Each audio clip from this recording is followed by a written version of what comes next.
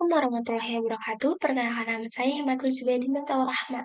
Saya dari Prolimais, STKU Demak, jurusan Administrasi Niaga Politeknik Negeri Jakarta dengan NIM 210541433.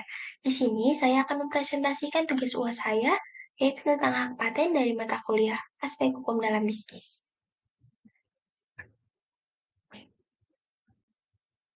Pengertian hak paten. Hak paten atau hak autor ini adalah hak mutlak yang diberikan kepada seseorang yang menemukan sesuatu cara kerja baru, hasil baru atau perbaikan dari cara kerja dari hasil baru tersebut di bidang industri. Berdasarkan ketentuan 1 UU Paten, yang dimaksud dengan paten adalah hak eksklusif yang diberikan oleh negara kepada inventor atas hasil invensinya di bidang teknologi, yang untuk selama waktu tertentu melaksanakan sendiri invensinya tersebut atau memberikan persetujuannya kepada pihak lain untuk melaksanakannya. Kemudian, dasar hukum dari hak paten. Dasar hukum hak cipta terbaru berdasarkan Undang-Undang Republik Indonesia Nomor 13 Tahun 2016, ketentuan pidana bagi para pelanggar hak paten diatur dalam pasal 161 sampai 166 Undang-Undang Republik Indonesia Nomor 13 Tahun 2016. Unsur-unsur dari hak paten sendiri dibagi menjadi 3. Yang pertama ada invensi, yang kedua ada inventor, dan yang ketiga ada subjek paten. Untuk invensi sendiri merupakan ide inventor yang dituangkan ke dalam suatu kegiatan pemecahan masalah yang spesifik di bidang teknologi dapat berupa produk atau proses. Sedangkan inventor, pribadi sendiri atau beberapa orang secara bersama-sama melaksanakan ide yang dituangkan ke dalam kegiatan yang menghasilkan invensi. Dan yang terakhir ada subjek paten, yaitu proses, mesin, dan barang yang diproduksi dan digunakan. Kemudian ada sifat paten. Paten ini bersifat terbuka. Segala hal yang berkaitan dengan invensi tersebut harus diuraikan dalam sebuah dokumen yang disebut spesifikasi paten, yang dilampirkan dalam sebuah dokumen bersamaan dengan permohonan paten. Syarat-syarat paten dibagi menjadi 3.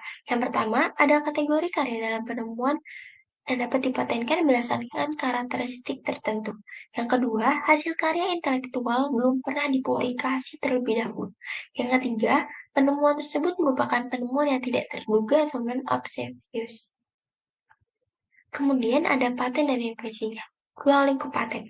Ruang lingkup hak paten secara umum dibagi menjadi 3, yaitu paten sederhana, paten dari beberapa invensi yang tidak dapat diberi paten. Kemudian, invensi yang tidak dapat diberi paten itu ada 3 juga. Yang pertama itu proses atau produk yang bertentangan dengan peraturan undang-undang yang berlaku, agama, dan kesusilaan. Yang kedua, teori di bidang ilmu pengetahuan. Yang ketiga, semua makhluk hidup kecuali jasad training secara biologis esensial. Kemudian ada sistem pendaftaran paten.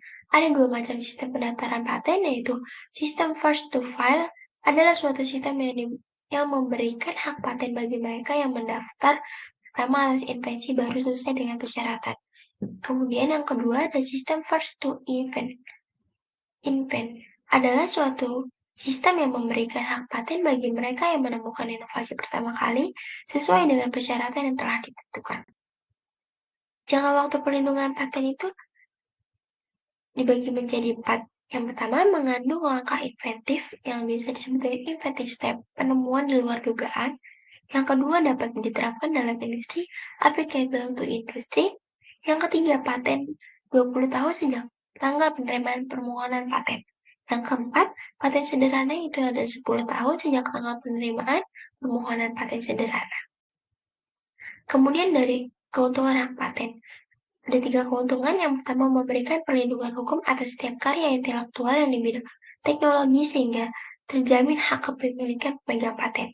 Yang kedua, memberikan insentif bagi para inventor dalam melakukan inovasi baru melalui hak eksklusif atas invensi yang dihasilkannya. Yang ketiga, sarana pengungkapan terbuka mengenai informasi teknologi terkini yang dipatenkan sehingga masyarakat dapat memanfaatkannya untuk penyempurnaan dan pengembangan teknologi lebih lanjut. Kemudian, hak dan kewajiban pemegang paten sebagai hak pemegang paten. Yang pertama, ada pemegang paten memiliki hak eksklusif untuk melaksanakan paten yang dimilikinya dan melarang orang lain tanpa persetujuan. Yang kedua, pemegang paten berhak memberikan lisensi kepada orang lain berdasarkan surat perjanjian lisensi. Yang ketiga, pemegang paten berhak menggugat ganti rugi melalui pengadilan negeri setempat kepada siapapun yang dengan sengaja dan tanpa hak melakukan perbuatan pada poin di atas. Yang keempat, pemegang paten berhak menuntut orang dan yang sengaja tanpa hak melanggar hak pemegang paten dengan melakukan salah satu tindakan yang disebutkan pada poin di atas. Kemudian hak dan kewajiban pemegang paten sebagai kewajiban pemegang paten dibagi menjadi dua. Yang pertama ada pemegang paten wajib membayar biaya pemeliharaan yang disebut biaya tahunan.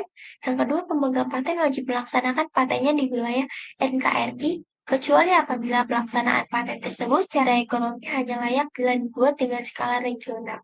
Dan ada pengajuan permohonan tertulis dari pemegang paten dengan disertai bukti-bukti yang diberikan oleh instansi yang berwenang dan disetujui oleh Direktorat Jenderal Hak Kekayaan Intelektual.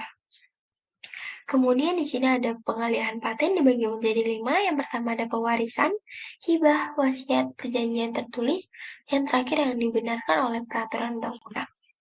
Terima kasih, sekian presentasi dari saya. Kurang lebihnya mohon maaf. Wassalamualaikum warahmatullahi wabarakatuh.